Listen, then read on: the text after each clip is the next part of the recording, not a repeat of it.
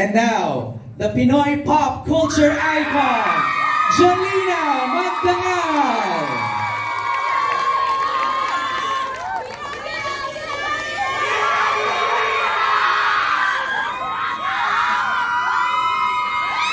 At syempre, hindi makakompleto ang ating media conference without the Asian Academy Creative Awards Best Actress, the one and only Jodie Santa Maria.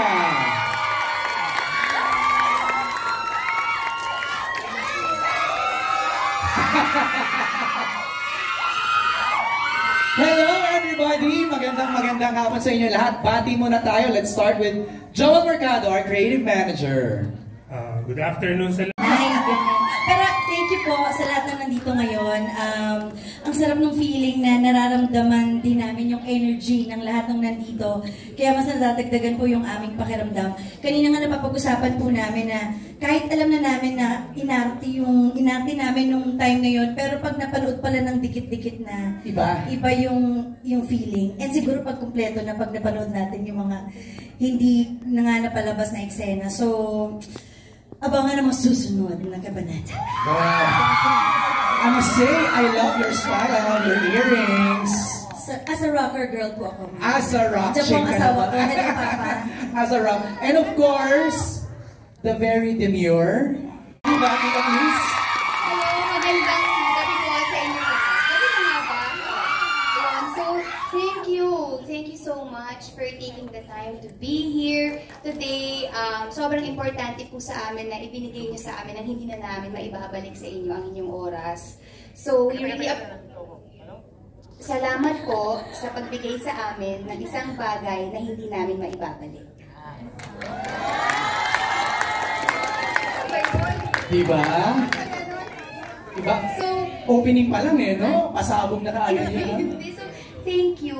We just want to show our appreciation po sa inyong lahat, sa bawat soul na nandito ngayong gabi, sa aming mga pamilya, sa aming mga walang sawang taga-suporta, at syempre sa aming mga sa mga taong tumutulong sa Lavender Field. So, thank you and good evening.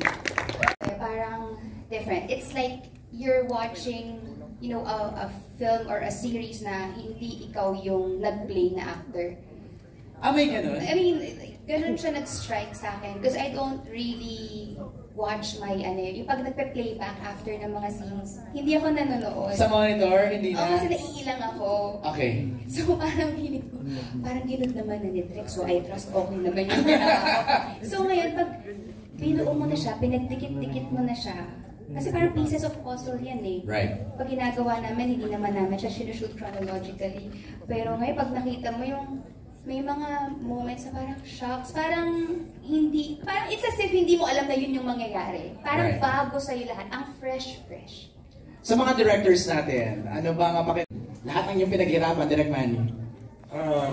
Of course, napanood na namin to, no? while the series was being edited. Pero iba talaga kapag nakita mo siya, napakalaki. No, tama yung sabi ni Jodie, di ba? Nag-iba yung pakiramdam mo when you're inside the cinema.